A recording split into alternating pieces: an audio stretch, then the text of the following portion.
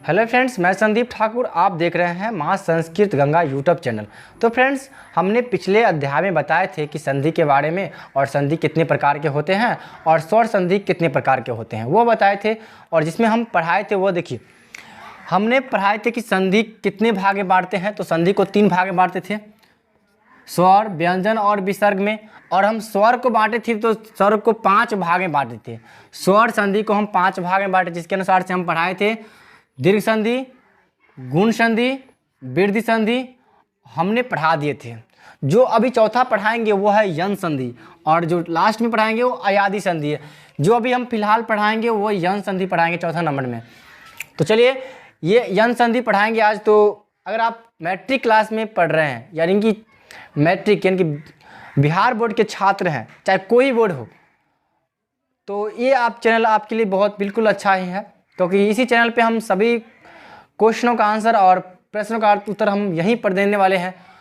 Bihar board की अच्छी तैयारी के लिए इस चैनल को सब्सक्राइब कर लें, और साथ में जो होगा बेल आइकन उसको भी दबा लीजिए, ताकि जो हो वीडियो हम अपलोड करेंगे वो आपके पास जल्द से जल्द पहुँच पाएँ। तो इतना छोटा सा आप काम कर लीजिएगा, ठीक है। हम चाहते हैं कि अच्छी तरह से तैयारी करें और अच्छी तरह से सीखें, ताकि कोई दिक्कत नहीं हो एग्ज़ाम के लिए। तो स्वर संधि, और स्वर संधि में जो है चौथा है यन संधि है। तो उसके बारे में जानेंगे। यन संधि का जो हम सूत्र है वो है इको यनाची। इको यनाची जो है हम आज पढ़ेंगे, और इसके बाद जानेंगे कि क्वेश्चन किस प्रकार से पूछा जाएगा। तो अंत में बताएंगे क्वेश्चन का, तो अंत तक बने रहें और हर एक स्टेप बाय स्टेप देखिए। अगर वीडियो में कोई तरह का दिक्कत हो तो आप कमेंट करके बता सकते हैं, ठीक है। तो चलिए, मान लीजिए यहाँ पे लिखा हुआ है प्रश्न पहला है। अब ये आप अगर नहीं जानते हैं सूत्र, तो आपको ये सब सवाल को जल्दी नहीं बना पाइएगा और न समझ पाइएगा अच्छी तरह से। चलिए समझते हैं। ई जब भी आएगा मात्राएं में तो इसको य में बदल देना है, यानी कि ई का य में परिवर्तन कर देना है। दूसरा में है ऊ जब भी आएगा तो हमको ब हलंत में परिवर्तन कर देना है, ठीक है। और तीसरा में है री का जब भी आएगा तो री का हम र में परिवर्तन कर सकते हैं।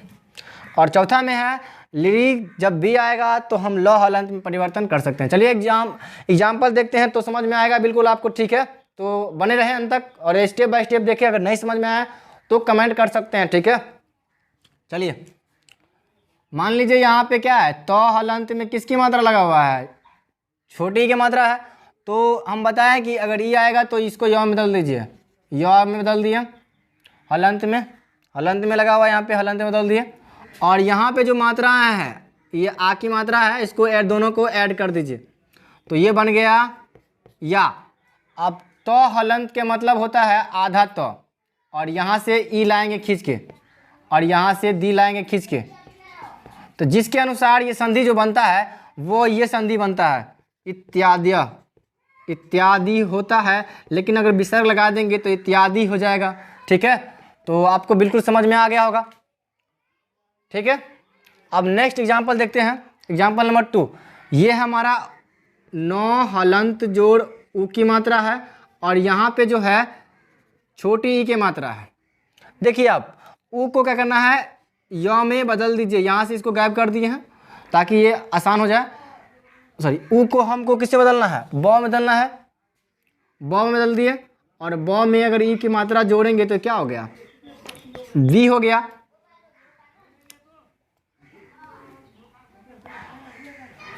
तो ये हो जाएगा बी। चलिए, बी होने के बाद अगर मान लिया जाए कि यहाँ पे क्या है, 9 हलंत है, ये 9 हलंत है। आप इन दोनों को जोड़ देना है, 9 हलंत में जोड़ देना है इसको, तो ये हो जाएगा नबी हो जाएगा ऐसे। और यहाँ से भा को खींच के लाइए, और यहाँ से ती लाइए खींच के। आप मिला के देखिए तो आपको बिल्कुल समझ में आ गया होगा। तो इस सब को मिलाइए तो क्या होगा, भान्विति हो गया, भान्वितः। और यहाँ पर ती है तो यहाँ पर लगा दीजिए ती, तो भान्वितवती हो जाएगा, ठीक है। तो इस प्रकार से हमारा जो संधि होता है बनता है, ठीक है। जैसे यहाँ पे ऊ को तोड़ लिए तो ऊ यहाँ पे ब निकला, और ऊ को ब बदलना है। बदलने के बाद जो ये कर्म आता है वो अब दो को ध्यान देना है। इन दोनों को जोड़ने के बाद ये जो है 9 हलंत ये इसके अंदर में आ जाएगा, तब जाके ये बनता है सही से, ठीक है। तो बिल्कुल समझ में आ गया होगा। चलिए हम तीसरा एग्जाम्पल में देखते हैं। मान लीजिए यहाँ पे क्या है, दो हलंत है, दो हलंत में अगर छोटी की मात्रा है और ये देखिए मात्रा होने के बाद अगर ई क्या जब भी आएगा तो यौ में बदल दीजिए, बदल दिए, और यौ में बदलने के बाद ये क्रम चेंज होता है। तो ये जो है यहाँ से अ को खींच के लाइए, यहाँ पे अ में जोड़ दीजिए, तो ये दोनों बन गया। और ये क्या बन गया, य, और यहाँ पे दो हलंत में य जोड़ेंगे, इन दोनों को अगर मेल करवाएंगे, इन दोनों को जोड़ेंगे तो ये बनता है द य होता है। इस प्रकार बनता है, जैसे विद्यालय में होता है ना, वैसा ही यहाँ पे आ जाएगा और यहाँ पे य आ जाएगा और यहाँ से पी लाएंगे खींच के, ठीक है। तो इसको मिलाएंगे तो मेरा जो संधि बनता है वो इस प्रकार आ जाएगा, देख लीजिए थोड़ा,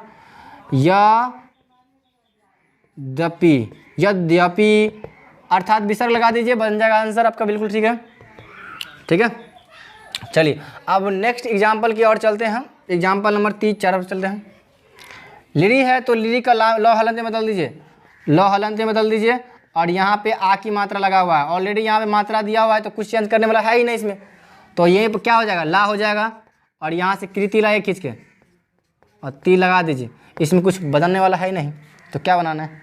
चलिए आ जाइए यहाँ पे री की मात्रा में, तो री की मात्रा में क्या है कि तो हलंत में अगर री की मात्रा निकालेंगे यहाँ से, और यहाँ पे क्या है आ की मात्रा है, इसको यहाँ से गैप कर लीजिए, यहाँ लगा दीजिए, ठीक है। तो री को हमको रॉ में बदलना है, री को रॉ में बदलना है, तो रॉ में बदल दिए बुआ, ठीक है।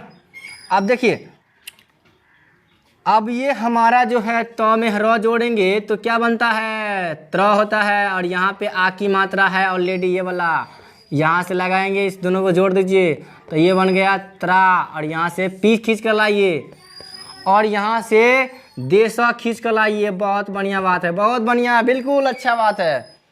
काहे कि अगर संघर्ष कीजिएगा तभी तो कुछ मिलेगा ना, अगर ना कीजिएगा तो कैसे मिल पाएगा। देखिए आप इन सबको एक साथ में जोड़ दीजिए तो पित्रादेश, ये हर वह छात्र के लिए जो छात्र हिंदी सब्जेक्ट है चाहे संस्कृत सब्जेक्ट है, उन छात्रों के लिए बहुत इंपॉर्टेंट है।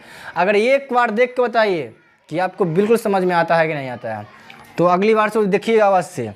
चलिए मान लीजिए तो बन गया है। आपको इस सब में समझने में कि कोई परेशानी हो तो आप नीचे कमेंट करके बता सकते हैं कि सर हमें ये प्रॉब्लम हो गई है और इसको थोड़ा हल कर दीजिए, तो आपको समझाने में कोई दिक्कत तो नहीं होगा। तो चलिए हम आपको होमवर्क दे रहे हैं और लास्ट में बताते हैं कि इसका एग्जाम में कैसे पूछेंगे, ठीक है। थोड़ा स्किप कर रहे हैं, चिंता मत कीजिए, लगे रहिए।